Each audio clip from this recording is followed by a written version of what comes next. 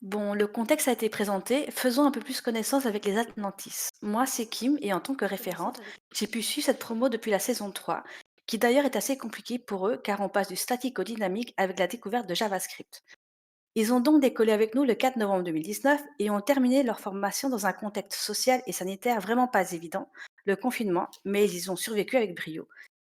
Ils viennent d'un peu partout en France, avec une bonne partie de l'Auvergne-Rhône-Alpes ou de l'Île-de-France. Nous avons même une élève qui a suivi les cours depuis l'Angleterre. Dans cette promo, on a un petit lot de Mathieu, Charles, Alexandre et surtout Nicolas. Alors restez concentrés quand ils se présenteront. Nous avons aussi des fans de Pokémon, mais j'en dis pas plus. Plus sérieusement, ils ont été en une quarantaine d'étudiants à commencer la formation début novembre et ils ont poursuivi en professionnalisation après le socle de 3 mois. Ils ont même été rejoints à ce moment-là par d'autres étudiants pour le mois de spécialisation. Et ils ont passé le dernier mois à développer intensivement leurs projets, ceux qu'ils vous présentent aujourd'hui. Voilà rapidement pour la présentation de la promo, mais je vois qu'une question vous brûle les lèvres depuis tout à l'heure. Que va-t-il se passer pour eux une fois la formation terminée? Et pour répondre rapidement à ces questions, je passe la main à Benji qui nous a accompagnés pendant ce mois d'apothéose et qui va pouvoir vous répondre. Hello tout le monde, merci du coup Kim. Je vais peut-être me présenter à mon tour. Donc moi c'est Benji, pour, ceux qui ne m'ont pas encore, eu. Et j'accompagne toute notre promo pendant leur mois de projet de fin de formation. Du coup, je vais vous dire un peu ce qui se passe, pour, tous nos élèves, une fois la formation terminée, parce que c'est finalement, le début de beaucoup de choses. On rentre donc dans la pré-formation où ils vont préparer 2 certifications. La première s'appelle Opquast, et elle permet de valider les connaissances des bonnes pratiques de qualité et d'accessibilité web. Et la deuxième s'appelle le titre professionnel, développeur web et web mobile, avec le soutien indéfectible de notre Céline nationale, qui d'ailleurs je fais un coucou, qui est en coulisses et qui nous aide pour cette fameuse régie. L'objectif principal, bien sûr, pour nos étudiants, c'est de devenir développeur web junior. Pour les professionnels parmi vous qui cherchent à embaucher, il paraît que les bons devs sont une denrée recherchée en ce moment et repère des candidats intéressants dans ces démos, contactez-nous. Vous pouvez nous écrire si vous le souhaitez à l'adresse email talent au pluriel @oclock.io que vous voyez juste au-dessus. Et on a une super team placement qui se fera un plaisir de vous répondre le plus rapidement possible. On va donc commencer. On est en direct sur Twitch, ça vous l'avez bien vu, jusque 17h30, 18h, je pense. On va voir 5 groupes aujourd'hui et on recommencera demain avec 4 groupes. Au niveau des règles du jeu, pour ceux qui n'étaient pas là ou qui ne les connaissent pas encore, chaque groupe aura 15 minutes de temps de parole, 8 minutes pour présenter leur projet et 7 minutes ensuite de questions-réponses. Vous pouvez poser évidemment toutes les questions que vous souhaitez dans le chat. Je vois que certains l'utilisent. Et en revanche, il faut penser à vous faire un compte Twitch pour pouvoir se faire. Est-ce que c'est bon pour toi, Kim? Oui, c'est bon, c'est parti. Allez. Après être resté enfermé chez vous pendant le confinement, vous n'avez qu'une envie, c'est de prendre l'air. Mais vous n'avez pas eu le temps de passer votre brevet de pilote. Ce n'est pas grave, Oreza est là pour vous aider à trouver un instructeur et un avion disponible. À toi, Nicolas. Bonjour à tous. Donc, je vais vous présenter le projet Oreza. Le but de ce projet est de permettre la réservation d'avions en ligne qui sont mis à disposition par des aéroclubs ou des clubs ULM. Notre MVP était donc de permettre de gérer le planning des avions, le planning des pilotes et de pouvoir saisir des réservations. Donc, je vais commencer par vous dire un petit mot sur l'équipe projet et vous afficher l'équipe à l'écran. Voilà.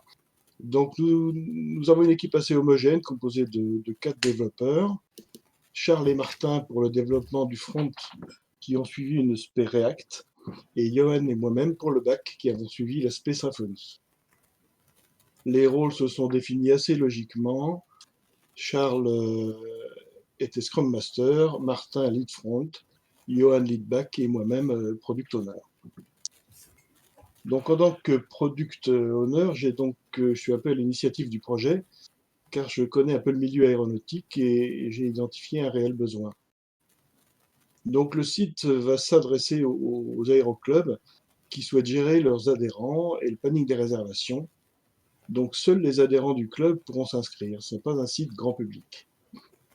On ciblera essentiellement des petites structures, car elles ne peuvent pas forcément acheter des logiciels ou payer des contrats de maintenance qui sont assez chers. Donc les objectifs principaux du site. Donc permettre de réserver un appareil en ligne depuis tout type de mobile, tout en privilégiant le mobile first. En tant qu'adhérent, il doit permettre de s'identifier, de consulter la disponibilité des appareils, de faire une réservation et de consulter son compte avec son historique de vol. Alors nous avons d'ores et déjà prévu une version 2 qui intégrera d'autres fonctionnalités comme des calculs de prix de vol plus paramétrables, une gestion de solde pilote, enfin un volet comptable, gérer les adhésions au club, les dates de licence, les visites médicales, enfin un certain nombre d'informations et d'automatismes complémentaires. Alors, j'attire votre attention sur le fait que ce n'est pas un site grand public, mais un outil à l'usage des pilotes de club, donc qui connaissent déjà les mécanismes de réservation. Le fonctionnement peut paraître un petit peu technique pour un non-initié. Pour faire une comparaison avec la réservation d'un billet de train, par exemple, dans notre cas, on connaît déjà le numéro du train et l'heure avant de faire la réservation. Donc c'est un peu la démarche inverse.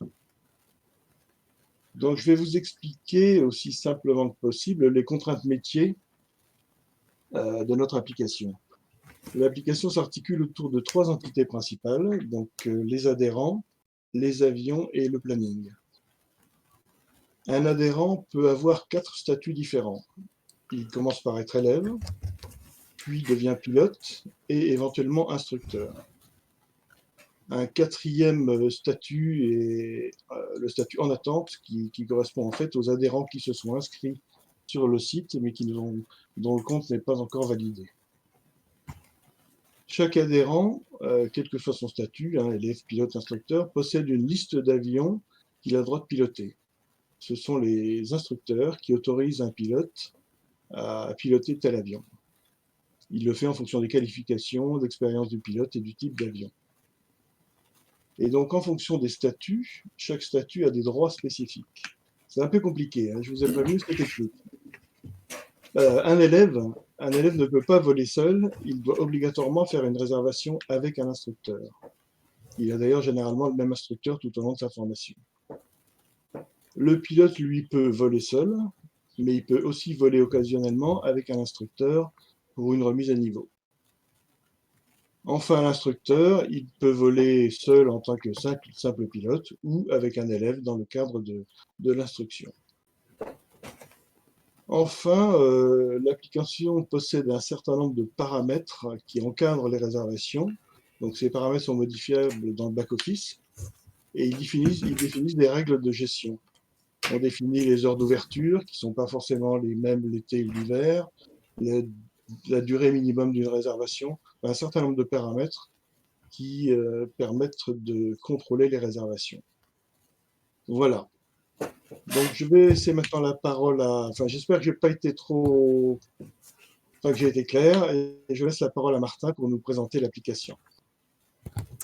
Alors bonjour à tous. Alors pour vous présenter l'application, ce que je vous propose, c'est qu'on se connecte avec un utilisateur pour découvrir l'interface de l'application. Donc une fois l'utilisateur connecté, on voit qu'il atterrit sur une page de planning qui correspond au planning des avions ainsi qu'au planning des instructeurs.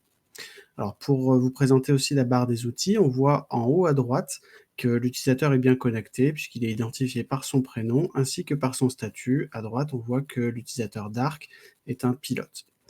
À gauche, dans la barre de menu, on voit que du coup, nous avons accès aux pages des utilisateurs, telles que le planning, une page pour faire des réservations, un profil et l'historique, mais également aux outils d'administration ainsi qu'à la validation des comptes, car l'utilisateur connecté est également administrateur, ce qui se matérialise par la petite étoile qui est à côté de son prénom.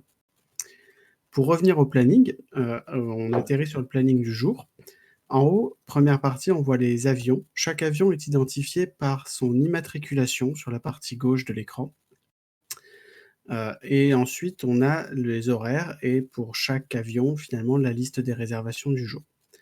En haut à gauche, les initiales qu'on voit sur chaque réservation correspondent aux initiales du pilote. Et en bas à droite, le cas échéant, ce sont les initiales de l'instructeur.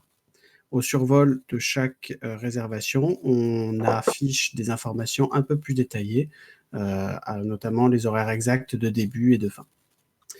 Une réservation est en marron, ce qui signifie que c'est une utilisation de l'utilisateur actif en cours. On peut également changer de jour, parce qu'il y a encore une petite subtilité, c'est la réservation qui est de couleur bleue. C'est une couleur qui correspond à une réservation de maintenance. Ce n'est pas une réservation au cours de laquelle l'avion va pouvoir voler. Ce que je vous propose, c'est de faire une réservation pour un pilote.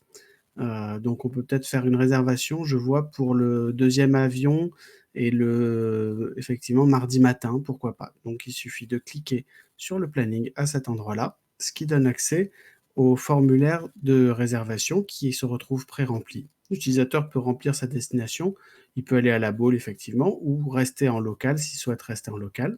L'avion qu'il a sélectionné est déjà pré-rempli.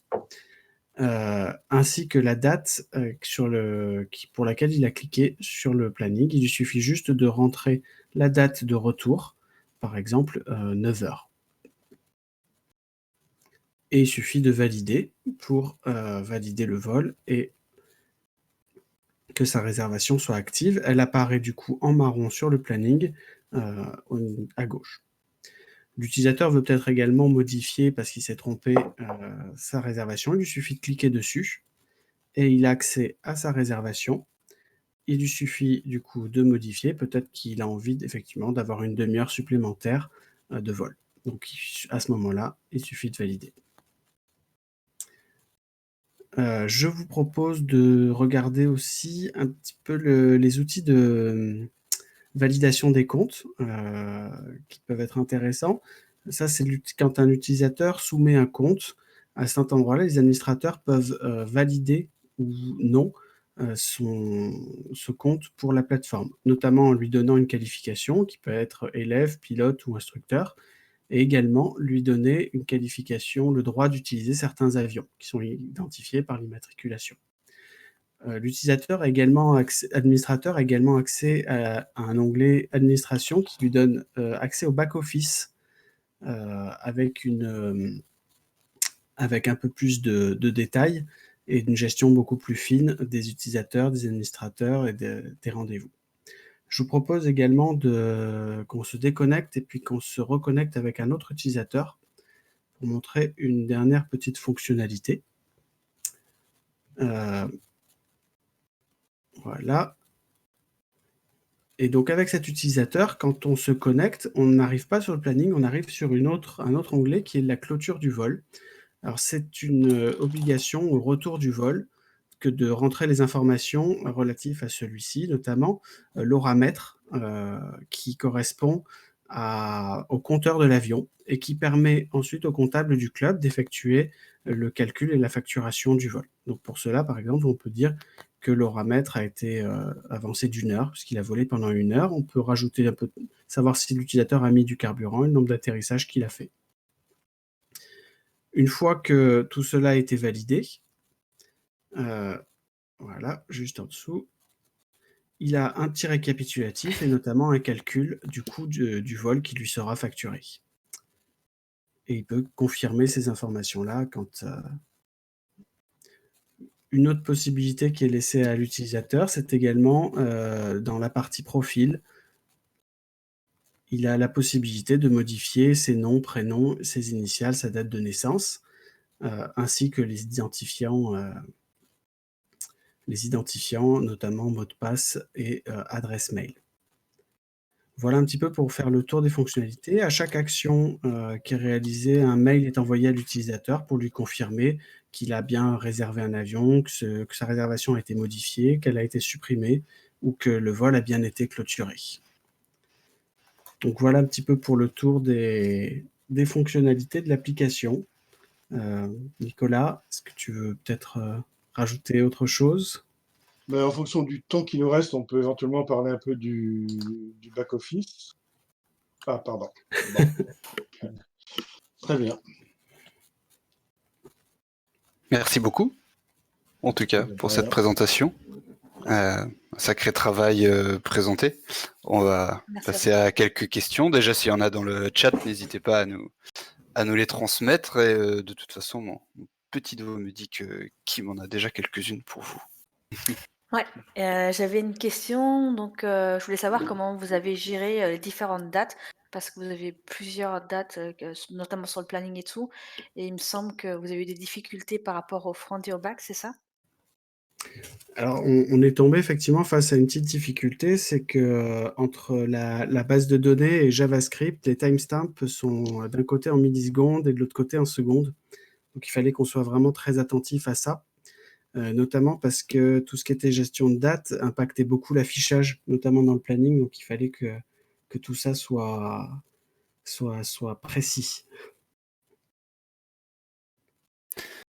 Ok. Et du coup, je vois à l'écran que vous nous présentez un peu le back-office. Est-ce que vous pouvez nous présenter un peu les fonctionnalités que vous avez mises dans ce back-office-là et peut-être, ça fait deux questions en une, la, la manière dont il est géré par rapport à vos technos, si c'est au niveau front, au niveau back, etc. Si on peut avoir un peu de détails dessus.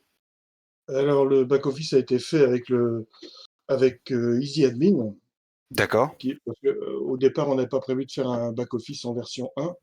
Et puis, bon, pour des raisons de test c'est beaucoup plus pratique d'avoir un back-office opérationnel. Donc, du coup, on a pris le plugin EasyAdmin, qui nous a permis donc, de mettre ça en place assez facilement, d'ajouter aussi une extension qui permet de gérer les rôles. Donc, en fait, tous les rôles permettent de définir les actions qui sont possibles au niveau du back-office. Donc, on a 3 rôles, user, modérateur et admin. Donc, le modérateur a accès à certaines fonctionnalités, mais ne peut pas supprimer certaines choses, quoi. Notamment dans les paramètres de l'application qu'on a là, où on a les heures de début de fin de journée, la durée minimum d'une résa, etc. On peut, donc là je suis admin, donc j'ai le droit de tout, mais le modérateur ne peut que modifier les valeurs et ne peut pas supprimer des paramètres. D'accord. Donc voilà. Donc sinon c'est une gestion de table assez classique. On a un rôle maintenance aussi pour limiter le fait de saisir une réservation de maintenance et limiter et réserver aux utilisateurs qui ont le rôle de maintenance. Donc c'est bien, votre back-office est décorrélé finalement du front qu'on voit pour l'utilisation de l'application en elle-même. Oui, oui, Oui. c'est bien séparé. On est sur la même base, évidemment, mais par contre, c'est séparé. D'accord. Donc, dans les utilisateurs, par exemple, on peut effectivement choisir la qualification, ajouter des rôles, ajouter des avions. Enfin, on a accès à toutes les fonctions et on a la liste des réservations de cet utilisateur. C'est drôlement complet. Et ici, on a le nombre de réservations. Enfin, bon.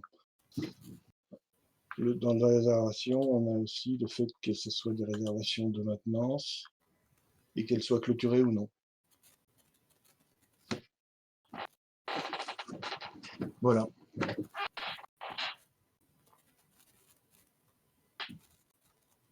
Super.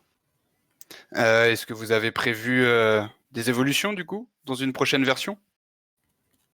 Ben, comme je vous l'ai dit au départ, oui, on a quelques évolutions de prévues. Là, pour l'instant, au niveau des avions, on a deux tarifs.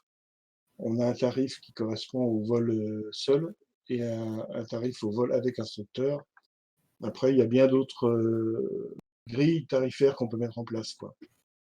C'est pareil, on ne gère pas non plus le solde du pilote, on va pouvoir gérer tout ce qui est solde, relance. Bon, il y a il y a une liste assez longue de fonctionnalités à rajouter.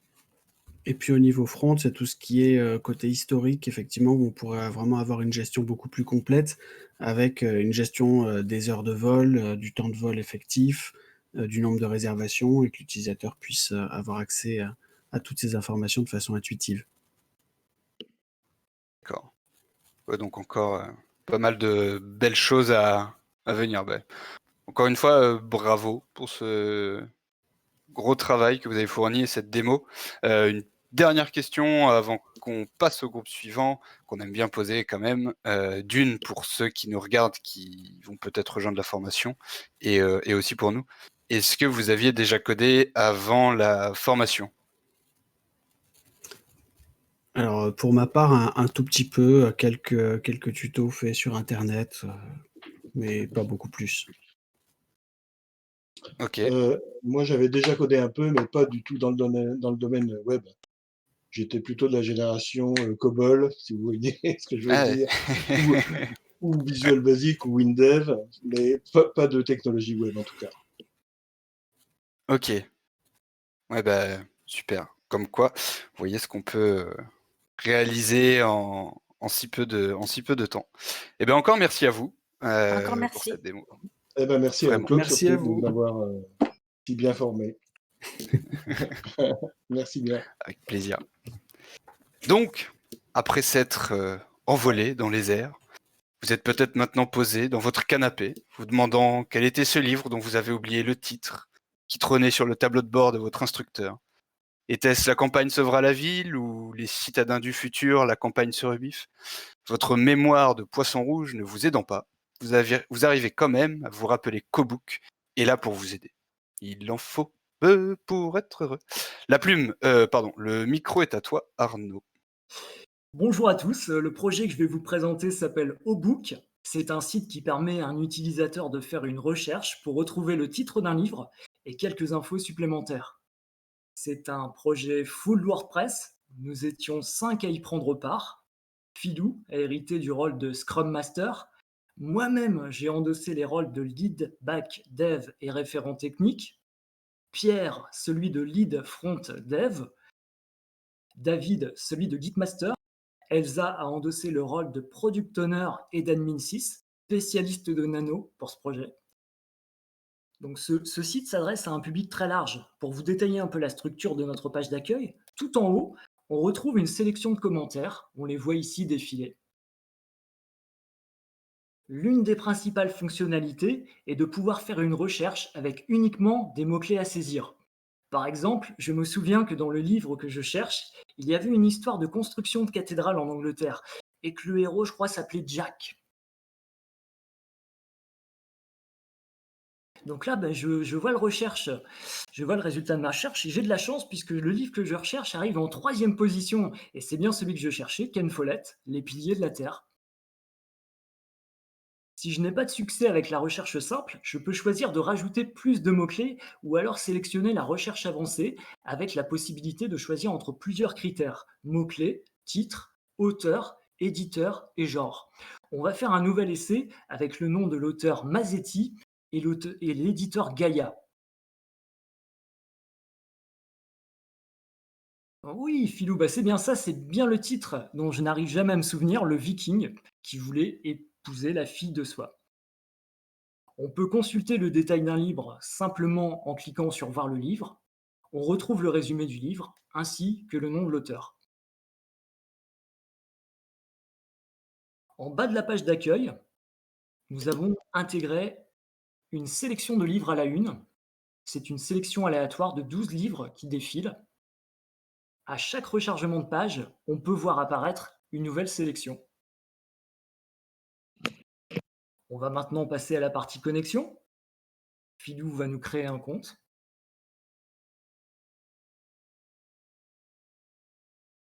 Donc là, WordPress va ajouter en base de données l'identifiant et créer le compte.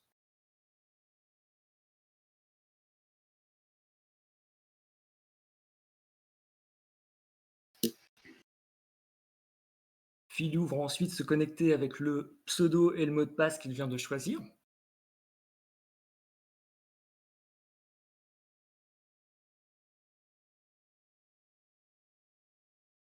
C'est bon, on est bien connecté.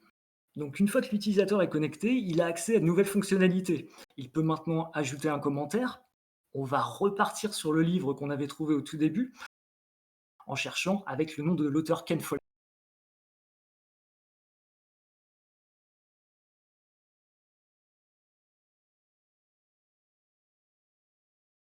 Donc là, le commentaire va être stocké en base de données et on va pouvoir le consulter via le profil de l'utilisateur.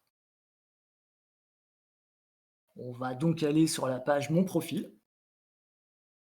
Dans cette page, l'utilisateur retrouvera son pseudonyme, l'adresse mail utilisée pour la création de compte et la date de la création de son compte. On retrouve également la liste de nos commentaires à droite. On voit d'ailleurs le commentaire que vient juste d'écrire Philou et le livre à propos duquel il a rédigé ce commentaire, ainsi. Le site est en mode responsive. On peut consulter les pages du site en version mobile ou tablette. On va aller voir par exemple la FAQ avec les principales questions que peuvent se poser les utilisateurs.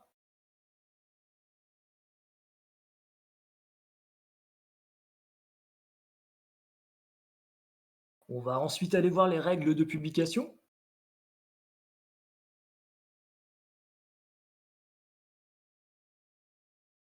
Et la politique de confidentialité que l'on trouve dans notre footer.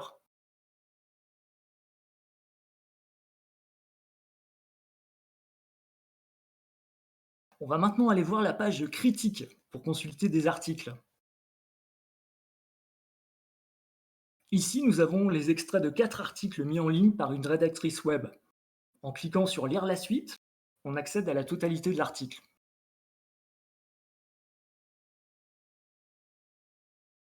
Je vais maintenant aborder les principales problématiques techniques du projet et ce que nous avons appris. La principale difficulté a été de récupérer les infos de l'API Google et d'en retirer une partie, l'ID, le titre du livre, l'auteur et l'ajout de notre propre commentaire pour les stocker en base de données et les renvoyer vers le front. La partie JavaScript est très présente dans notre projet pour les fonctionnalités principales. On a donc passé beaucoup de temps sur ça et cela ne nous a pas permis d'exploiter plus les possibilités offertes par le CMS WordPress. L'organisation du travail, étant donné qu'on a un rôle full stack avec WordPress, on a eu des difficultés à définir les rôles de chacun pour commencer à coder rapidement. On a eu aussi quelques difficultés à s'approprier les outils pour s'organiser au début du projet. Les choses que le projet nous a apportées, en termes de compétences, mais pas que, si on devait faire un bilan des choses que le projet nous a apportées, on pourrait dire que cela nous obligeait à avoir une réelle autonomie. On a pu faire des tests et faire des choix techniques comme en situation réelle, comme sur un projet professionnel. L'entraide entre les groupes a été primordiale. On nous a demandé des conseils sur certains points, on a demandé des conseils sur certains points à d'autres groupes WordPress. Ils ont pu nous demander de l'aide sur des choses qu'on avait déjà expérimentées. Donc au niveau de l'organisation au sein d'un groupe, on a vraiment pu se rendre compte que cela impliquait de travailler en équipe et de faire un projet de A à Z. Je ne sais pas si vous avez des questions à nous soumettre. Eh bien, bravo, déjà. Bravo. Merci Merci Arnaud. beaucoup. C'est où?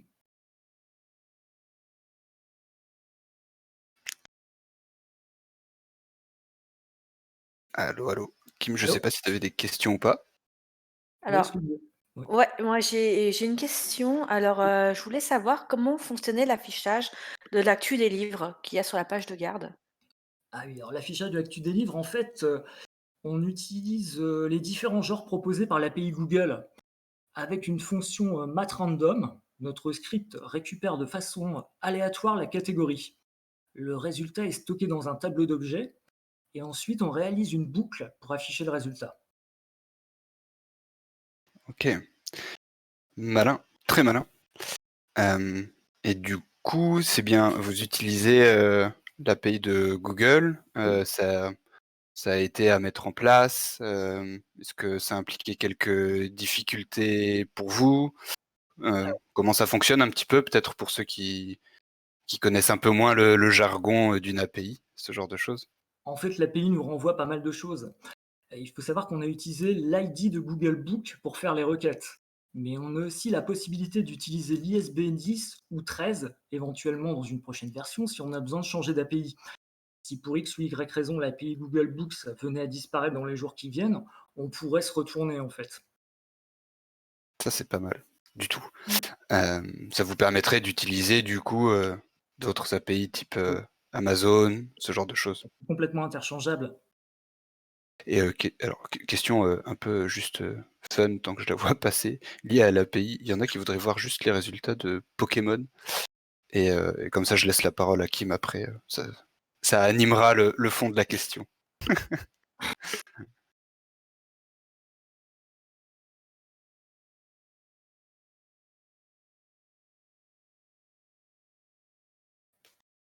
Super, du coup, on a une question sur le chat. Quelles ont été les difficultés concernant l'appel à l'API? Alors, l'appel à API sont des appels par Axios, en fait, sur le front, en JavaScript. On n'a pas eu de difficultés particulières, mis à part peut-être certains champs que l'API ne nous proposait pas, où il a fallu ruser, où il a fallu développer peut-être différemment.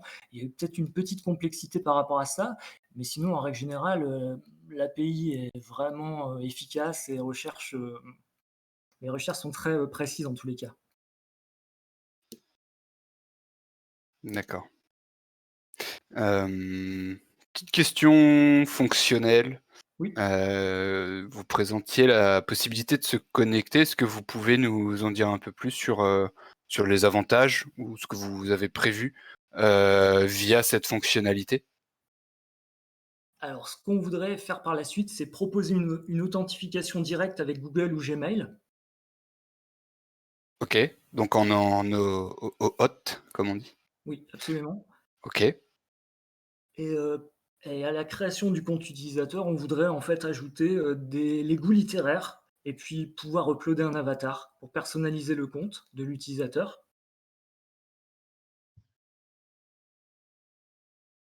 d'accord. Et, et aussi proposer une newsletter en fait pour proposer aux utilisateurs des articles, une sélection des meilleurs commentaires, des recommandations en fonction des centres d'intérêt de l'utilisateur. Donc encore beaucoup de Ouais, fonctionnalités additionnelles à mettre en place. tout à fait. Ok. J'avais une question. D'où viennent les logos qu'on peut voir sur le site? Alors les logos, je suis graphiste de métier, donc je me suis occupé de créer le logo et de faire les maquettes au tout début du projet. Donc ça a été vraiment utile d'avoir une ligne directrice et ça permet au projet d'avoir une véritable identité visuelle.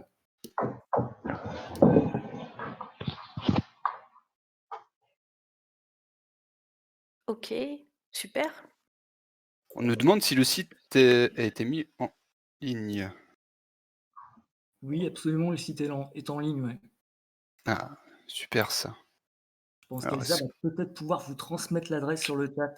ouais, si Ouais. un de un de tes coéquipiers est connecté sur Twitch, vous pouvez transmettre. Je pense que ça en intéressera Tout à fait. plus d'un. Et tu mentionnais un petit temps d'adaptation sur l'organisation pour travailler en groupe comme ça sur un projet. Est-ce qu'il y a du coup des fonctionnalités peut-être que vous vous êtes dit bon finalement on les passe en V2, elles ne font pas partie de notre produit minimum viable ou pas? Est-ce qu'il y a des choses que vous avez peut-être dû réviser dans cette manière de vous organiser du coup? On a pas mal révisé l'organisation. On a aussi essayé d'utiliser un peu des plugins, comme le plugin Contact Form Set pour générer des formulaires de contact. On l'avait vu en cours, donc on a vu que c'était assez pratique. On a utilisé pas mal de plugins en fait, par rapport à l'authentification, aussi le JWT Authentification. Parce en réalité, on ne pouvait pas développer vraiment ces fonctionnalités-là nous-mêmes, donc on s'est un peu aidé de plugins.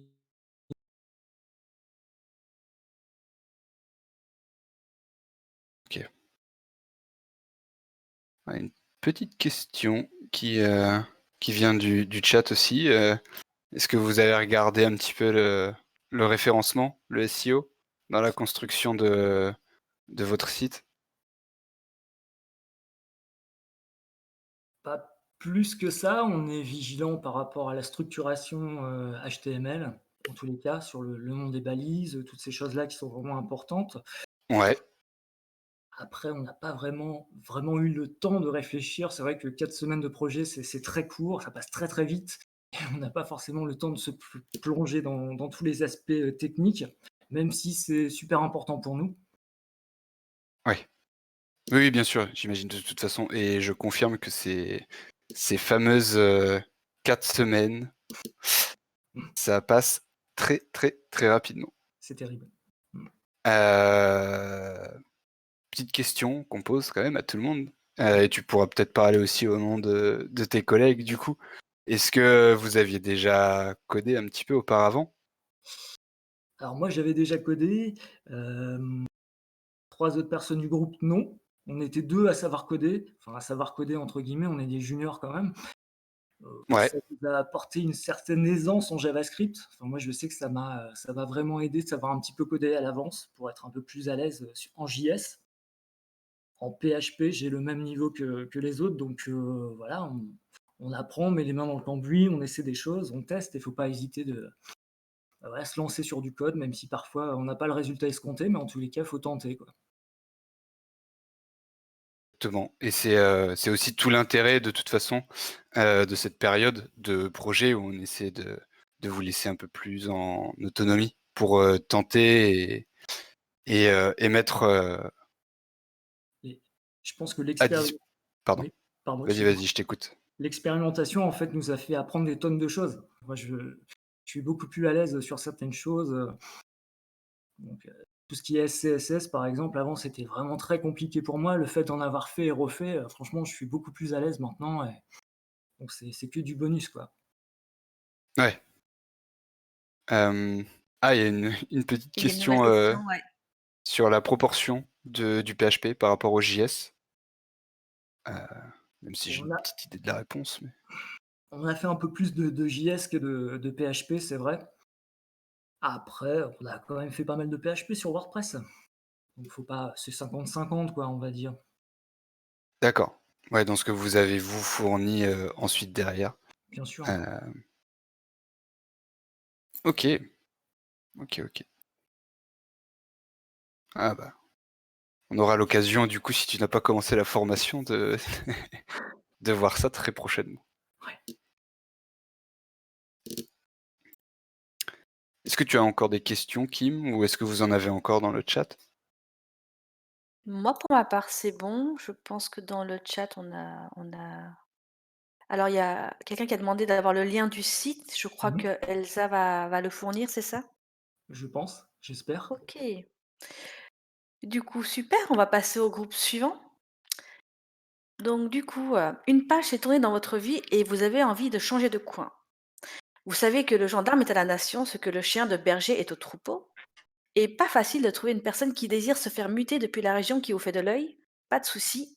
Permutation est là pour vous faciliter la vie. Tu nous expliques comment, Nicolas? Oui, merci Kim.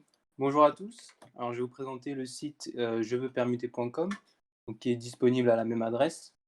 Alors, le site a été réalisé par 4 développeurs, deux développeurs front en React. Donc, le site a un front qui est en full React. Et pour l'API qui est donc en Symfony, avec les 2 développeurs back, Benoît et Maxime. Donc, en product owner, on avait Benoît, donc c'est lui qui a proposé le projet. En lead dev back, nous avions Maxime. En lead dev front, on avait Julien et moi-même en git master et dev front. Donc jeveuxpermuter.com, qu'est-ce que c'est? C'est une plateforme qui vous permet de vous mettre en relation lorsque vous êtes dans la fonction publique avec d'autres permutants. Donc par exemple, moi je suis gardien de la paix, je travaille à Paris, j'ai envie d'aller travailler à Marseille, eh bien je vais utiliser jeveuxpermuter.com afin de trouver quelqu'un qui habite sur Marseille qui veut prendre ma place à Paris. Voilà. Donc c'est tout simplement une plateforme qui met en relation les permutants dans la fonction publique. Donc pour l'instant, pour la V1, le site est ouvert aux métiers de la police. Voilà, mais il se peut que dans une V2, nous ouvrions le site à d'autres métiers. Alors le site est full responsive. Il a été pensé en mobile first. Donc là, nous nous trouvons sur la page d'accueil où vous pouvez consulter toutes les annonces, où nous avons également un champ de recherche qui nous permet rapidement de trier et de rechercher les annonces disponibles. On a également une vue map, donc en fait qui nous permet de voir les annonces sous un angle différent. Donc, ça permet de rajouter un peu d'interactivité avec l'utilisateur et ça permet de donner un côté sympa à une recherche d'annonces. Voilà. Ensuite, nous avons donc la page pour s'inscrire, qui nous permet de nous faire un compte. Parce qu'il faut savoir que pour se faire un compte, pour contacter un permutant, pardon, vous devez absolument avoir un compte. Voilà, donc vous pouvez consulter toutes les annonces quand vous êtes visiteur, mais vous ne pouvez pas contacter de permutant si vous n'êtes pas connecté. Voilà. Donc nous allons tout de suite nous rendre sur la page se connecter et je vais laisser la parole à Maxime qui va vous faire une petite démonstration. Alors bonjour à tous, du coup je vais reprendre la main pour faire un petit point sur l'expérience utilisateur du site. Donc une fois qu'on se trouve sur la page de connexion, on va faire la démonstration avec un compte qui a été préalablement créé. On se connecte et on est redirigé vers un tableau de bord. Du coup, une fois qu'on est connecté et sur ce tableau de bord, on a plusieurs possibilités. Donc on va pouvoir, dans un premier temps, modifier nos données personnelles. Et dans un second temps, modifier l'annonce. Donc on va faire une petite démonstration d'une modification de l'annonce si jamais on s'est trompé ou si entre-temps notre destination a changé. Donc par exemple ici, on a l'exemple d'un utilisateur qui vient de Tours et qui veut muter à Rouen. Donc admettons, je me suis trompé lors de mon inscription où j'ai changé de destination. Je choisis que je veux muter par exemple, je sais pas, à Montpellier. Donc on va modifier la destination. Une fois la modification effectuée, ça va être mis à jour et les autres utilisateurs du site vont recevoir une notification qui va leur avertir des changements effectués et si jamais je match avec un autre utilisateur, je serai averti, ce qui me permettra de le retrouver plus facilement.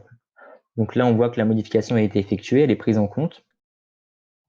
On peut essayer maintenant de trouver un permutant qui a les mêmes destinations que nous. Donc là, nous, on cherche une personne qui vient de Montpellier et qui souhaiterait aller à Tours.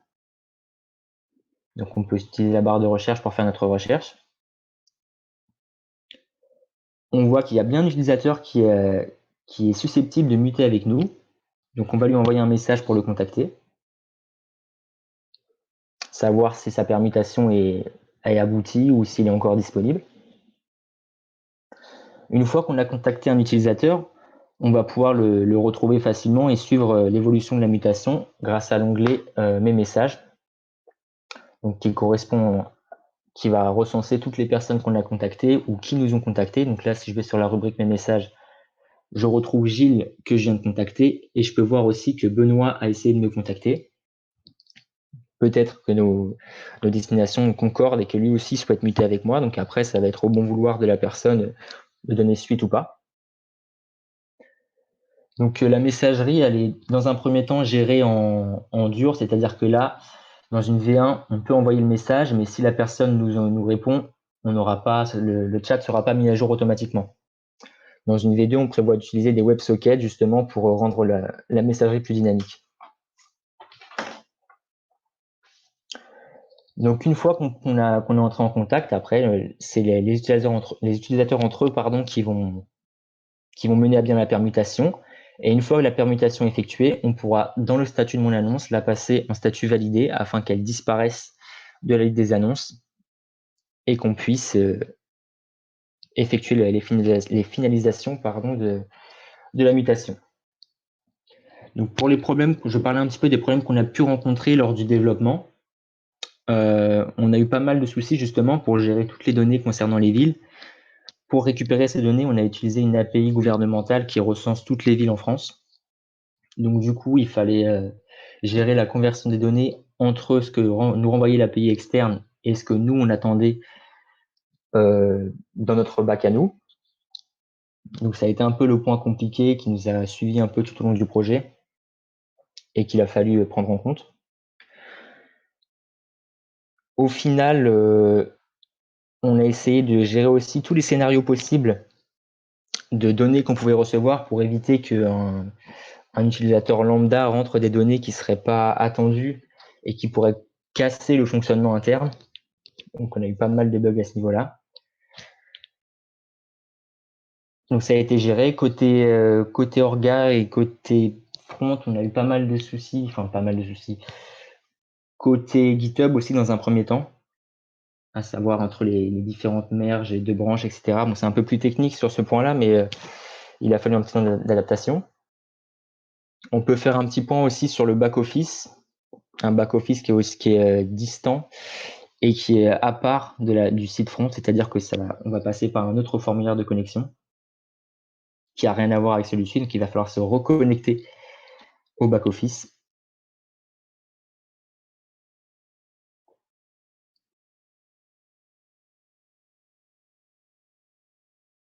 Donc là, on arrive sur l'interface de connexion.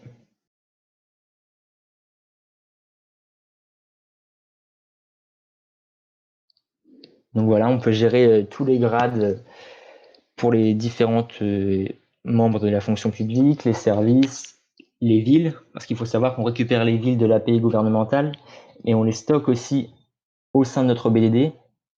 Comme ça, pour l'affichage côté front, on ne passe pas tout le temps par l'API externe. C'est-à-dire que si un utilisateur a déjà été créé pour une destination de Paris, par exemple, Paris sera stocké en BDD et on pourra récupérer les informations plus rapidement et de façon plus performante. Donc du coup, voilà, on peut passer à la partie questions. Je pense qu'on a fait le tour.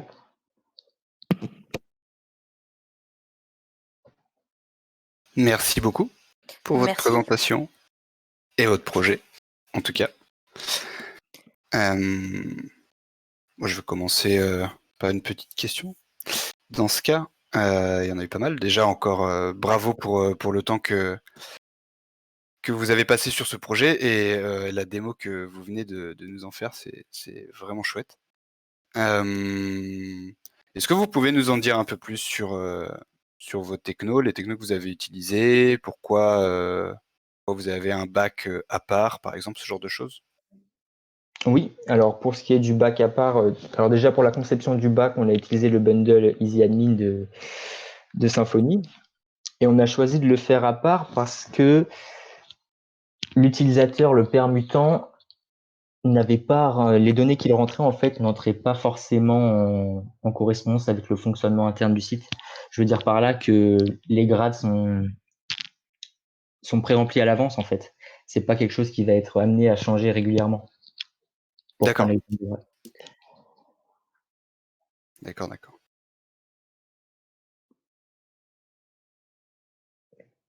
D'autres questions? Ouais. Je voulais savoir comment vous avez généré la map qu'on peut voir sur le site en fait. Alors, je vais y répondre. La map, elle a été générée à l'aide de React Leaflet, donc une librairie qu'on a mise par-dessus React. Et pour le regroupement des marqueurs, on a utilisé React Leaflet Marker Cluster. Et la map, c'est OpenStreetMap. Donc en fait, on fait appel grâce à l'API, avec Leaflet, on fait appel à l'API de la map. Et en fait, ça va très très vite à mettre en place. Ok. Du coup, ça Et en répond parlant... à... Pardon, vas-y Kim, je t'en prie. Non, du coup, j'ai dit ça répond à la question d'une personne dans le chat qui nous a demandé quel lib était utilisé pour la map. Oui, donc Ouais, React Leaflet, Leaflet, pour le ouais, répéter. Leaflet, alors c'est React Leaflet, c'est pas juste Leaflet, parce que du coup, c'est des composants qui sont déjà tout prêts. Donc, Ok, c'est vraiment spécifique à React. Et React Leaflet Marker Cluster pour le regroupement des marqueurs, comme vous voyez sur la map, plusieurs au même endroit. ouais, ok. Et en parlant du coup d'API, vous dites que vous en avez utilisé une aussi du gouvernement. D'où est-ce que vous faites partir finalement vos appels? Est-ce que c'est géré côté client? Est-ce que c'est Ouais. géré côté Alors, serveur? ouais. Est-ce que c'est des appels que vous faites à chaque fois ou est-ce que vous stockez certaines données de cette API aussi dans votre base de données? Alors, ce qu'on fait par exemple pour la map, c'est que les appels pour les coordonnées des annonces, elles sont faites depuis le back. Et en fait, le back nous envoie les annonces donc avec déjà les coordonnées dans les données. Donc nous, après, on a juste à afficher les marqueurs parce qu'on a déjà les coordonnées en front. Par contre, par exemple, quand vous voulez vous inscrire et que vous choisissez une ville, là, on fait des appels directement depuis le front avec Redux, donc directement dans le middleware. Et là, on appelle l'API gouvernementale pour récupérer toutes les villes disponibles, les régions, etc. D'accord. Ok. Donc vous refaites, c'est des appels que vous faites à chaque fois. Vous stockez rien de cette fameuse API gouvernementale, vous de votre côté en base de données. Non. Ok. Ok. Et du coup, est-ce que vous avez prévu de l'ouvrir à d'autres corps de métier ou pas? Ouais, c'est prévu. Dans une V2, l'idée, ce serait de l'ouvrir à tous les métiers de la fonction publique où on peut permuter, en fait. Donc un projet pardon, que vous souhaitez continuer Ouais, après votre temps de formation chez O'Clock. complètement. Tous ensemble, vous y avez déjà réfléchi un peu? Là, dans l'immédiat, je pense qu'on va chacun avoir un peu d'autres priorités. Je pense qu'on veut tous trouver un travail. Mais ouais, carrément, pourquoi pas se caler des heures et continuer sur le projet, ouais. D'accord. Il y avait une autre question tout à l'heure dans le chat, je la pose malgré tout au cas où, mais j'y répondrai peut-être. On vous demandait pourquoi vous n'avez pas utilisé Firebase pour gérer votre bac. On n'a pas utilisé ça parce que en 4 semaines, on a préféré utiliser des technos qu'on connaissait déjà. Éviter de se... On s'est posé la question aussi pour l'API d'utiliser API Platform, le bundle API Platform en Sympho. Mais au vu du temps très court qu'on avait et puis de la documentation qu'il fallait lire pour apprendre encore une nouvelle techno, on a préféré rester sur des technos qu'on avait déjà vus. Ok. C'est normal.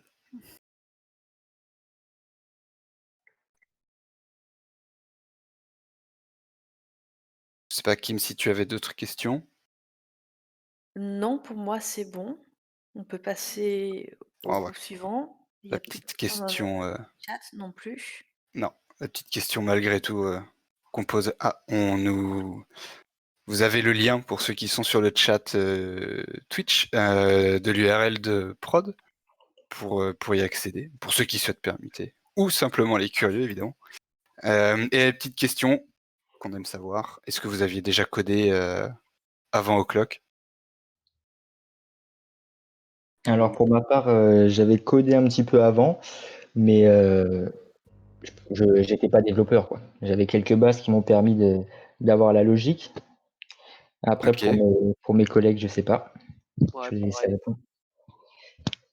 J'avais codé déjà un peu ici et là, fait un peu de HTML, CSS, mais sans plus pousser que ça. Voilà, pareil, j'avais fait quelques tutos avant la formation pour éviter d'être complètement largué quand ça a commencé, mais je suis pas allé très loin. d'accord. Ouais, encore félicitations. Quand on entend ça, c'est une sacrée progression en si peu de temps et vous pouvez être fier du travail fourni et du projet que vous nous présentez pendant ces démos. Encore Merci. bravo et encore merci à vous. Merci. Encore merci. Merci. Un petit rappel pour les éventuels recruteurs qui seraient parmi nous, et je les espère nombreux, quand on voit tout le travail fourni par nos étudiants. Si jamais vous souhaitez rentrer en contact avec eux, que vous cherchez de nouveaux développeurs pour augmenter la taille de vos équipes, n'hésitez pas à nous écrire à talent@oclock.io, talent au pluriel, et on a une super équipe placement qui se fera un plaisir de vous répondre et de vous mettre en contact avec nos chers apprenants. En attendant, votre rêve s'est réalisé grâce à la permutation. Vous êtes arrivé près de l'océan. Ça tombe bien parce que vous êtes un surfeur, ascendant snowboarder, qui attend sa vague. Le genre de vague, quand tu la vois, tu fais waouh. Mais vous savez pas où la trouver. Très problématique. Du coup, on a un groupe, Spot and Loop, qui a pensé à vous. Et venez donc découvrir The Spot grâce à Mathieu. Bonjour à tous, vous m'entendez bien? Oui, salut. Ok, Salut. donc avec bonjour. Avec Gino, du coup, on va vous présenter notre projet Spot and Loop. Donc, du coup, nous allons maintenant parler de kitesurf. Donc, petit rappel pour des personnes qui ne savent peut-être pas vraiment ce que c'est le kitesurf. Le kitesurf, du coup, c'est un sport nautique qui a pour objectif de se déplacer sur l'eau à l'aide d'une planche et en étant tracté par un kite, un cerf-volant, qui génère sa puissance, du coup, grâce au vent. L'idée de départ, c'est comme vous pouvez l'imaginer, pour pratiquer ce genre de sport, on ne peut pas aller n'importe où. Donc, il y a quelques règles de sécurité à respecter. Et pour les débutants et les personnes qui arrivent dans une nouvelle région, il faut les spots adéquats où aller pratiquer son sport favori. Du coup, l'objectif du site, c'est une fois qu'on est membre sur le site, c'est de pouvoir ajouter les spots qu'il y a autour de chez nous, par exemple, les spots de notre région, nos spots favoris, pour pouvoir aider du coup les simples visiteurs, les personnes qui sont en recherche d'informations, en recherche de spots, pour leur permettre de venir d'aller vers les spots en fonction des conditions météo qui sont actuelles. Et du coup aussi les rencontres entre passionnés, nous avons une section événements qui nous permettra d'effectuer des rencontres entre passionnés de ce même sport. Par exemple, du coup, pour organiser simplement une session entre amis ou pour organiser un test de matériel. Au niveau de l'équipe sur ce projet, nous étions 5. Alexandre, qui était le lead dev back, Gino, qui était le lead dev front, Wissem, le référent technique, Mohamed, Scrum Master et moi-même, Product Owner. Suivez la spécialisation WordPress. Donc, ce projet est en full WordPress. Je vais passer la parole à Gino pour la démonstration. Bonjour à tous. Alors, nous, notre ambition première, c'était de faire un site qui soit assez simple, plutôt complet, avec toutes les informations nécessaires au kitesurf. Et on voulait un site qui soit pas trop surchargé et assez lisible. C'est pourquoi on a une page d'accueil très simple, avec une petite bannière et une description. Ensuite, on a la page des spots qui référence tous les spots présents sur le site. On peut voir par exemple, si on va sur le spot de Carcan, on peut voir les détails liés à ce spot. Par exemple, tout ce qui concerne les informations liées à la pratique du kitesurf. On a aussi une petite image avec une map sur Google qui permet de localiser le spot, savoir comment y accéder, comment on peut le trouver. Ensuite, sur la page des spots, on peut faire une recherche. Par exemple, on pourrait rechercher un spot qui s'appelle Tréompan.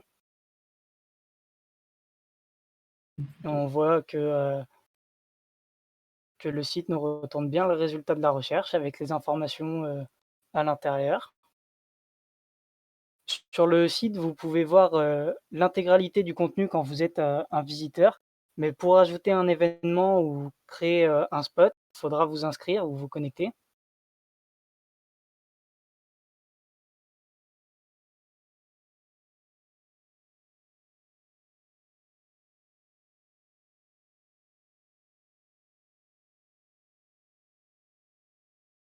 Et une fois que vous êtes connecté, vous avez l'accès libre à l'ajout de spots ou à la création d'événements. Vous avez juste à remplir le formulaire avec les informations nécessaires pour pratiquer le kitesurf, comme la direction du vent ou encore le niveau du spot. Vous pouvez aussi indiquer des informations complémentaires pour l'accessibilité, par exemple, ou encore juste faire une petite description du spot. Et vous avez aussi la possibilité de placer le spot vous-même sur la map ou d'entrer l'adresse et de laisser le site placer le point pour vous.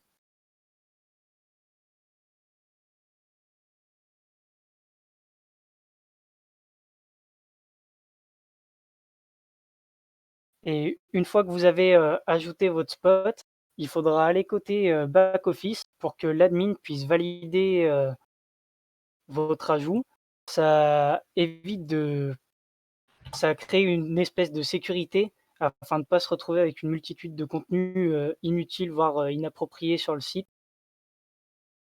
Heu, pour continuer, on a eu, pas mal de difficultés au niveau, de la map Google justement, pour tout ce qui était, la récupération des informations ou encore, l'affichage des petits marqueurs pour la localisation des spots ou des événements.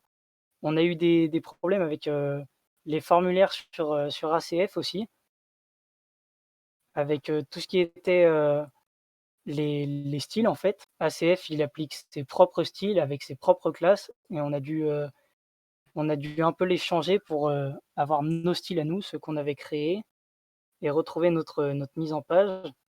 On a eu aussi des problèmes sur, la mise en production du site avec, le serveur AWS et notre plus gros problème dans ce projet, c'était, l'organisation, de notre code.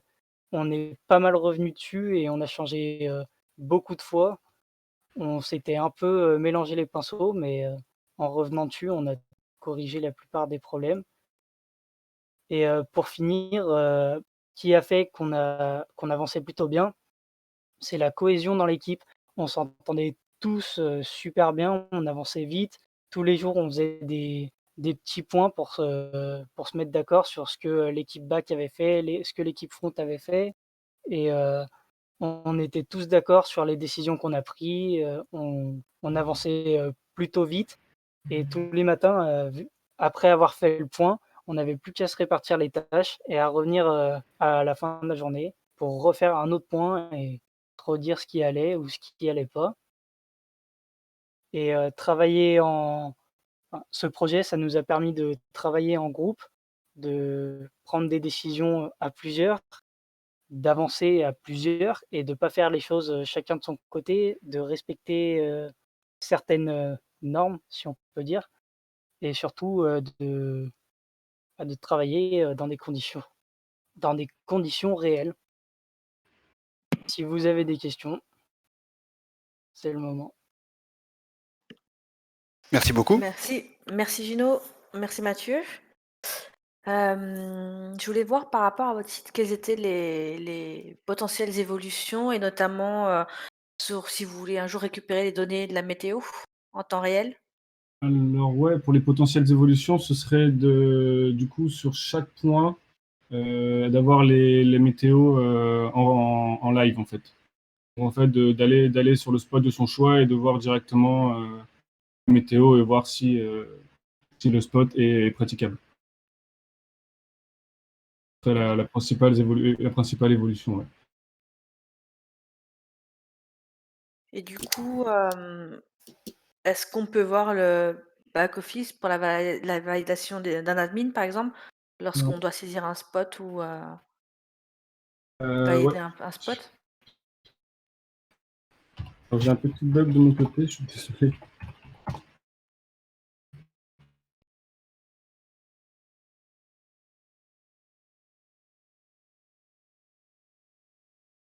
Ok.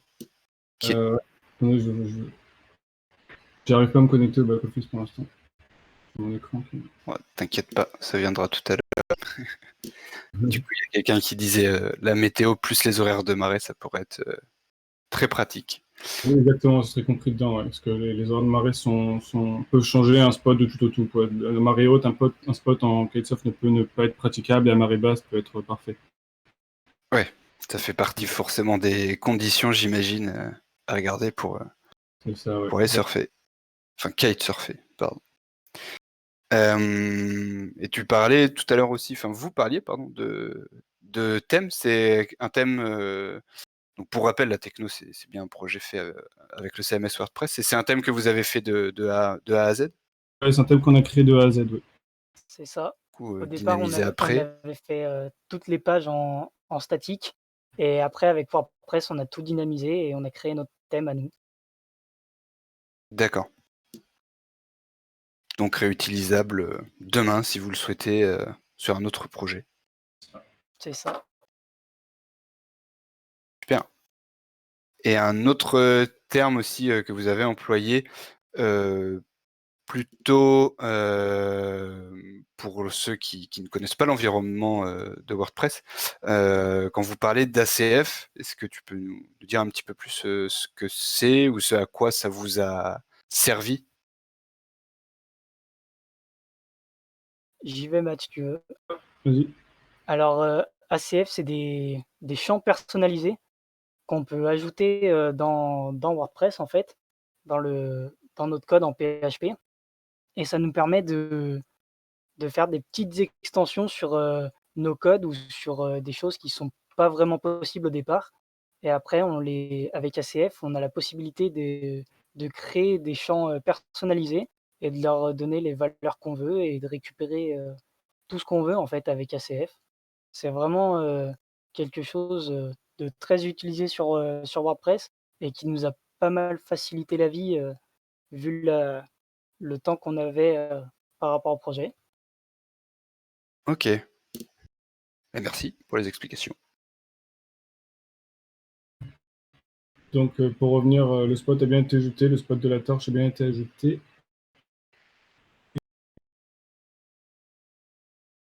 Ok.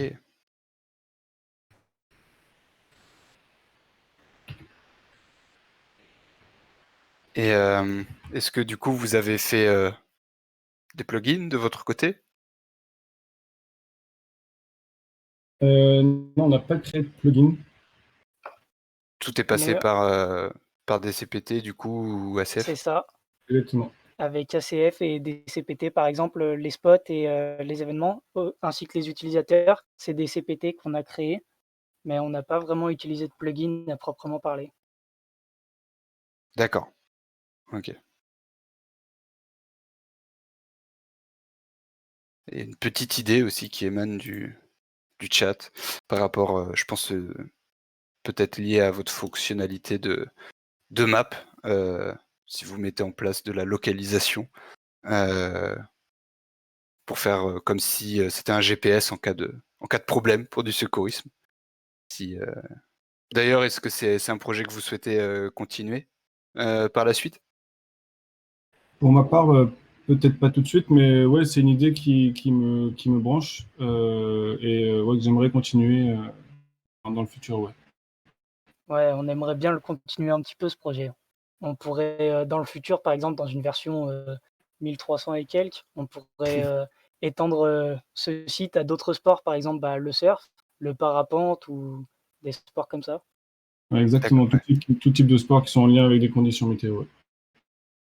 Oui, ou et même qui ont besoin d'identifier ou de localiser des endroits où pratiquer pardon, les sports, Ouais. C'est ça. de toute façon. Super, super, super. Kim, je sais pas si tu as d'autres questions ou dans le chat? Non, du coup, dans le chat, il y a pas de questions. Est-ce Moi non que, plus. est-ce que voilà, vous aviez aussi vous déjà codé avant la formation? Pour ma part, jamais. Comme beaucoup, j'avais regardé quand même quelques tutoriels avant. Donc j'avais les bases d'HTML et un petit peu de CSS, mais c'est tout. Et moi, j'avais codé un tout petit peu, mais vraiment pas beaucoup, hein. Et je crois que D'accord, pour l'équipe, c'est à peu près c'est la même chose. d'accord. Ok. Eh ben, sacrée progression et évolution en si peu de temps, en tout cas, Merci. Merci. vraiment. Je vois qu'il y a quelques personnes qui vont entamer la formation aussi bientôt. Quels conseils vous pourriez leur donner? De pas lâcher l'affaire. Même s'il y a des doutes à des moments ou que des moments sont assez difficiles, on a beaucoup de remises en question pendant cette formation, mais ne pas lâcher l'affaire et au bout d'un moment, ça Et paye. surtout de rigoler. Vous gênez pas de rigoler parce que l'ambiance, elle est géniale. Ouais.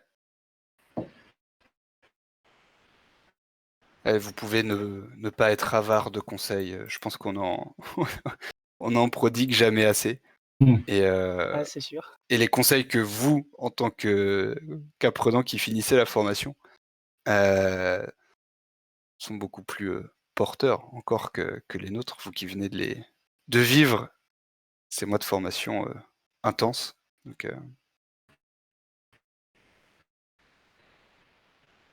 mais encore bravo pour la présentation. Merci. Merci. Merci à vous. Donc après tant d'efforts, un peu de réconfort, vous n'avez pas envie de manger n'importe quoi.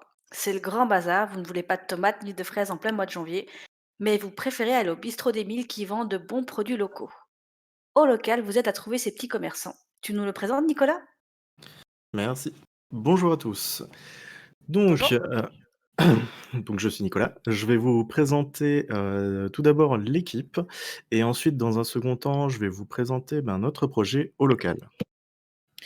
Donc, nous sommes une équipe de 4 développeurs, 2 développeurs s'occupant du front-end, dont Vincent qui assurait également la fonction de lead dev front, et Olivier qui tenait aussi le rôle de Git master au sein de l'équipe. Nous avions aussi 2 développeurs back-end, dont Leila qui tenait le rôle de Scrum Master et moi-même product owner du projet et assurant également la fonction de lead dev back. Donc l'idée du projet au local, elle est notamment venue avec le constat qu'il pouvait être difficile de se renseigner sur l'existence de boutiques proposant des produits locaux. Le contexte actuel, encore plus, fait que davantage de Français sont soucieux de leur mode de consommation et souhaitent s'orienter vers des achats éco-responsables et encore plus locaux. C'est pourquoi il a été intéressant de proposer aux consommateurs la possibilité de retrouver facilement les boutiques qui correspondent à ce mode de consommation dans leur région. Par ailleurs, ce site permet aux commerçants qui ont parmi leurs articles des produits issus de producteurs locaux de pouvoir promouvoir leur boutique et d'augmenter ainsi leur visibilité. Je vais maintenant vous proposer de présenter les principales fonctionnalités du site. Alors, à savoir que le site est amené à évoluer. On a décidé de nous limiter à certaines fonctionnalités pour rentrer dans les délais et assurer la mise en production. Et les données actuellement présentes pour la démo sont fictives. Voilà. Donc dans un premier temps, nous allons voir la partie recherche de commerce. Elle peut être faite par n'importe quelle personne qui arrive sur le site. Pour la démonstration, nous allons l'appeler Louise. Louise peut donc sélectionner sa région, la catégorie de produits qu'elle recherche, et du coup, elle va tomber sur la liste des commerçants qui correspondent à sa recherche. Donc ensuite, elle a la possibilité d'aller sur la page détail du commerçant qui l'intéresse en particulier pour avoir accès à des informations complémentaires comme l'origine des produits par producteur, voir aussi les autres types de produits qui sont disponibles dans la même boutique, avec également les mêmes infos proposées. On peut également avoir accès au site web si jamais il est renseigné du commerce en question, et aussi d'être dirigé vers l'adresse du commerçant via Google Maps en cliquant sur le lien dispo. De l'autre côté, le commerçant, lui, qu'on va appeler Bernard, il a la possibilité de s'inscrire sur le site. Bernard va renseigner son numéro de SIRET et qui est validé, lui, grâce à l'utilisation de l'API Sirène du gouvernement, afin surtout de vérifier l'existence légale du commerce et de récupérer un certain nombre d'informations que Bernard n'aura pas à renseigner, comme le nom ou l'adresse, qui seront directement récupérés via ce biais. Une fois inscrit, donc il faut bien évidemment faire attention à ce que les mots de passe soient identiques pour que l'inscription se fasse correctement. Et une fois que l'on est inscrit, on peut se connecter. Donc toujours lors de la connexion et de l'inscription, tous les champs sont vérifiés tant au niveau de la saisie qu'au niveau du traitement serveur, donc pour éviter justement des cas de doublons ou de données erronées. Donc une fois connecté à son compte, il peut accéder à son profil pour modifier ses informations, compléter son catalogue, etc. Donc là, on peut voir qu'on peut rajouter une photo. Cette photo, donc cette image de profil, elle est téléchargée. Elle ne peut pas dépasser 2 mégas et doit être au format JPG, JPEG ou PNG. Il peut aussi renseigner son propre site web si jamais il en a un et toutes les autres informations utiles. Bernard va ensuite pouvoir gérer ses produits, donc en allant directement sur la page de mes produits en haut à droite. Hem, donc là, chaque champ est obligatoire et il est aussi contrôlé de la même manière que les autres. Donc on va ajouter une catégorie, on va dire le nom de notre produit et le producteur qui nous les fournit. Dans le cas où on veut rajouter un deuxième produit, mais que, le producteur, on va pas le retrouver dans cette liste. Du coup, Bernard, il va pouvoir rajouter lui-même le producteur en base via le numéro de SIRET. Donc on va utiliser également l'API Sirène pour aussi vérifier l'existence légale, et récupérer les informations, et la région est déjà pré-remplie par celle du commerçant. Suite à ça, le producteur est directement ajouté dans la liste et on peut l'ajouter facilement ainsi. Ensuite, les produits, ils peuvent être facilement filtrés dans le tableau pour, faciliter la navigation, la gestion de ces produits justement. À partir du moment où, le commerçant a rentré ses produits en catalogue, il sera visible lors des recherches de commerce, pas avant. Donc ainsi, on va pouvoir retrouver Bernard, dans les résultats de recherche en fonction des produits de son catalogue. Donc ici, on avait rajouté des fruits dans le grand test, donc on va le retrouver ici. Ensuite, niveau administration, l'administrateur va donc pouvoir se connecter pour avoir accès au panneau d'administration en lieu et place du profil, chez dans les profils plutôt commerçants. Il a donc la possibilité via le panneau d'admin d'ajouter, de modifier, de supprimer les éléments de la base de données. Ça va vraiment être axé sur l'administration et la modération du site si jamais il y a besoin. On a développé le back-office, à l'aide du bundle EasyAdmin. À première vue, ça avait l'air très magique, d'avoir tout un back-office qui se crée aussi rapidement. Toutefois, on va vite passer du temps, à se perdre dans la documentation lorsqu'on veut personnaliser des fonctionnalités ou le visuel. Toutes les fonctions qui ont été personnalisées pour correspondre avec celles du front, pour que, l'API Sirène soit elle aussi pardon, utilisée dans le back-office. Ensuite, pour ce qui est des éléments techniques, généraux, donc le site est complètement responsive comme, on vous fait la démo.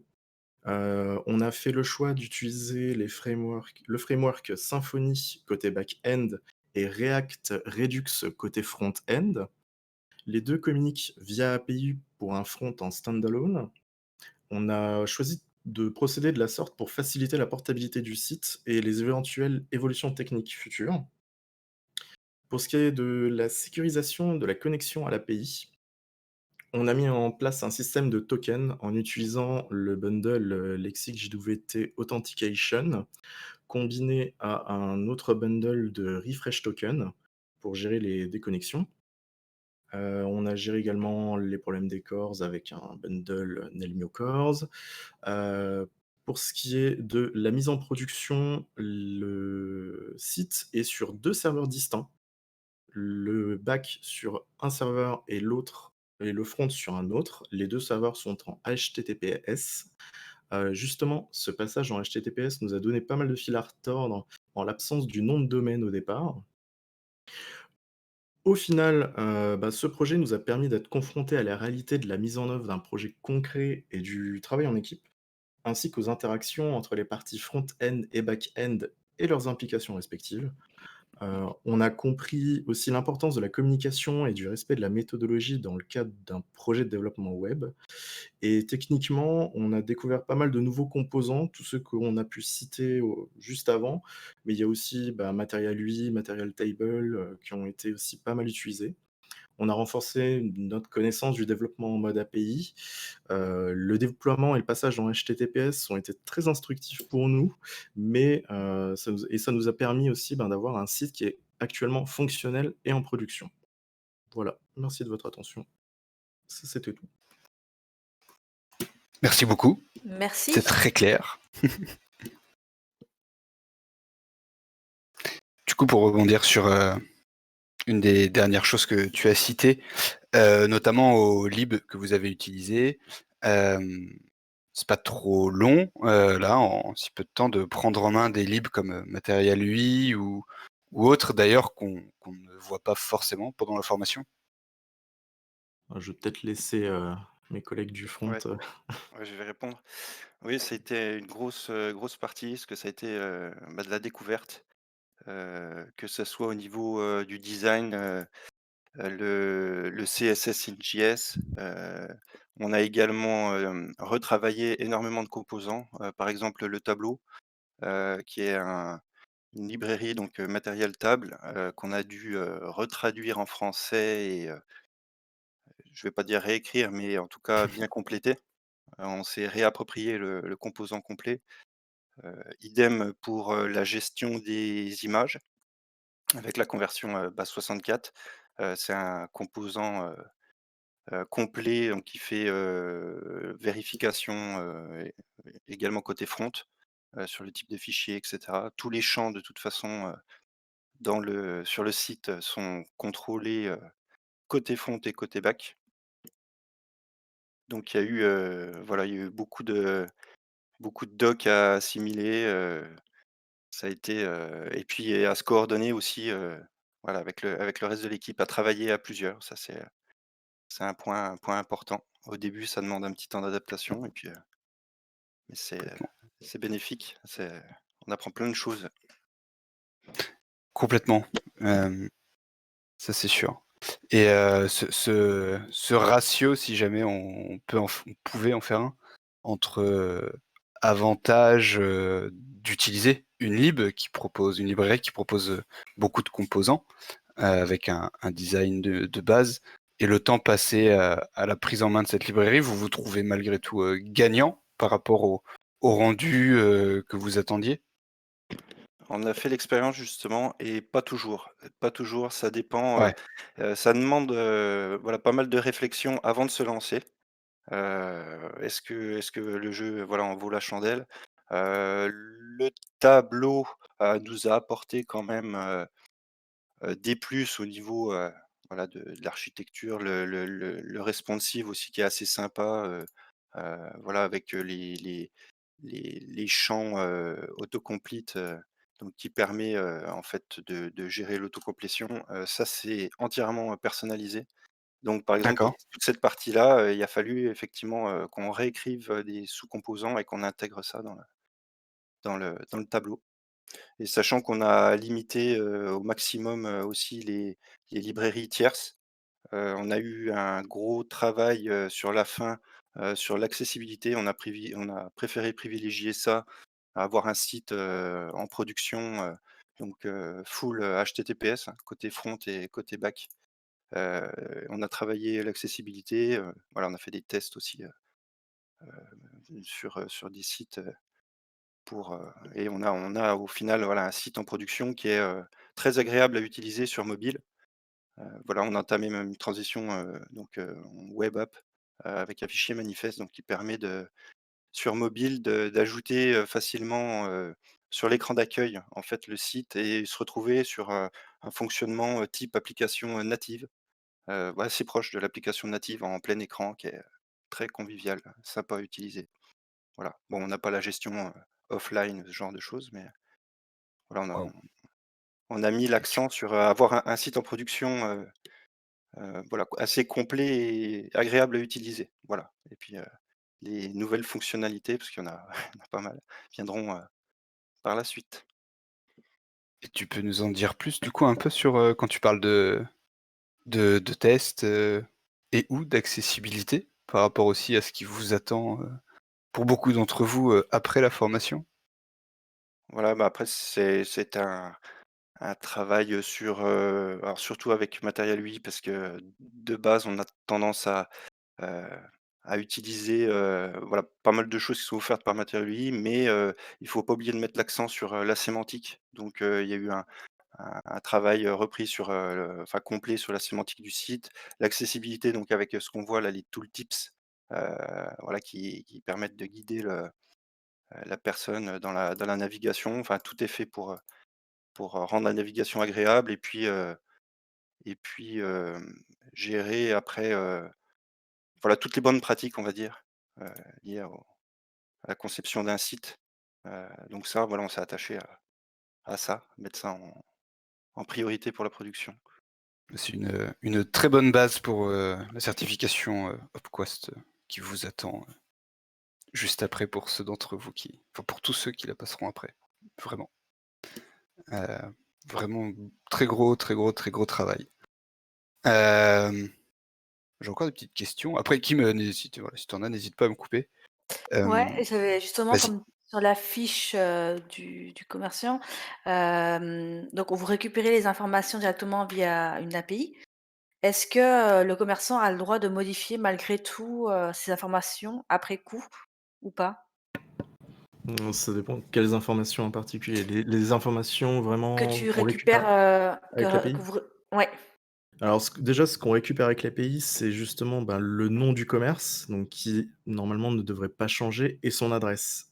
Ce sont des informations où, ben, le commerçant, si jamais ça vient à être changé, ça va être changé également sur le registre SIRET. Après, il y a toujours la possibilité de contacter l'administration pour, enfin l'administration du site. L'admin du site pour faire ces modifications-là via le back office. Mais pour l'instant, il n'y a pas de possibilité de modifier à même ces infos. Ok. Et c'est du coup, on est d'accord, c'est bien un appel à la fameuse API gouvernementale. Enfin, je sais pas si elle est Oui, du gouvernementale gouvernement. d'ailleurs. Mmh. Si, si, Pour elle est ok, pour les sirettes et les sirènes. c'est ça. Et c'est des données que vous stockez par contre après en base de données que vous Oui, pouvez vous modifier en tant qu'admin si vous le souhaitez. c'est ça. Ok, ok. Intéressant. Donc, pas de duplicata possible. Non, parce que du coup, il y a une double vérification déjà au niveau de l'email qu'on rentre et au niveau du SIRET. D'accord. Ouais. Qui est plutôt sécurisé. Mmh. Effectivement. En sachant que, ben, comme là on montre en démo, le SIRET déjà il a une vérification rien qu'à la saisie. Ouais, On ne oui, peut sur le rentrer nombre de que des caractères. SIRET de nombre de caractères et aussi des Ouais. SIRET valides. D'accord. Il y a déjà une Oui, première vérification à la saisie avant même que ça passe, via l'appel API. d'accord. Et au sein de cette API, pareil, est-ce que, par exemple, des sociétés radiées apparaissent et est-ce que vous faites une vérification à ce niveau-là ou pas? Ça, je ne sais pas si les Alors sociétés radiées en font on partie, mais alors on a eu le cas et en fait, en général, ça refuse la enfin pas enfin, je sais pas ce que tu entends par radier, mais en tout cas une entreprise qui a cessé, son activité, voilà, du ouais. coup, elle peut pas s'inscrire parce qu'il manque des informations. D'accord, ok, bah ça répond à ma question. Voilà. Ça répond à ma question. Après, il y a peut-être des exceptions auxquelles on n'a pas pensé, mais en tout cas, celle-là, Elle est elle est prise en prévue. compte. Ouais. Et un petit point sur les évolutions futures, parce que vous avez déjà enfin, en tout cas, moi je radote, hein, encore bravo. Vous pouvez être fier, mais est-ce que vous avez encore des choses que vous souhaitez implémenter ou ajouter à ce projet? Oui, alors la liste des évolutions, est très longue en fait. Il y a On a beaucoup de une, choses qu'on a mis dans les V à peu près jusqu'à 18 qu'on a prévues, mais Wow. plus sérieusement, c'est il y en a déjà une la prioritaire. ouais, la récupération du mot de passe perdu, Oui, celle-là qui est déjà, grandement prête. Ouais. avancée et qui a besoin que de quelques petits trucs en plus pour être fonctionnel. Le contact mail, aussi ensuite. Après Olivier, il y avait le Disons que la c'est en cours, on va dire, sur la version de développement, mais c'est voilà. vrai que voilà, Pour la la map version, aussi, ouais, la map aussi, ouais, ça serait bien. une version Ok. géolocalisation, enfin voilà. Mm. C'est pas les évolutions qui manquent, dans la liste. Ouais. Bon, vous avez déjà un site avec un certificat SSL, donc vous pourrez faire de la géoloc. Mmh. C'est l'avantage d'avoir passé du temps là-dessus. Mais encore un grand merci, en tout cas à vous, pour cette présentation. Je ne sais pas s'il y a encore des questions dans le chat ou de la part de Kim. Non, dans le chat, c'est bon, donc voilà, c'est fini. Vous avez pu assister, à la présentation des projets d'Atlantis. Donc merci à tous les étudiants. On sait que c'est pas forcément évident de présenter son travail comme ça, devant un public aussi nombreux et dans des conditions actuelles. Donc merci à vous d'avoir joué le jeu. Merci à vous tous d'avoir assisté à ces présentations, d'avoir posé vos questions et d'avoir soutenu nos étudiants. C'était vraiment cool. Pour nous, du coup, c'est tout pour aujourd'hui. On se retrouvera de toute façon demain pour la deuxième partie des présentations avec 4 groupes. Donc à 16h, pareil, sur la chaîne Twitch d'Oclock au départ, et on se resplittera après. Donc, pour rappel, et je pense que vous l'avez compris, nos apprenants vont continuer de se concentrer sur les certifications, Hopquast et le titre professionnel, et surtout la recherche d'emploi pour devenir développeur web junior ou de stage. Et ils seront pour cela accompagnés de notre super team placement, à laquelle vous pouvez écrire juste au-dessus de nous, talent@oclock.io, talent au pluriel. On se fera un plaisir de vous mettre en relation avec eux. N'hésitez surtout pas. Et merci à vous d'avoir suivi ces démos avec attention.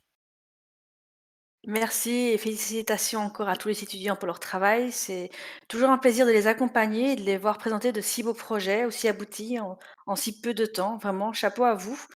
Pour les groupes qui sont passés aujourd'hui, donc du coup, on se retrouve dans quelques minutes pour le débrief. Salut! Ciao!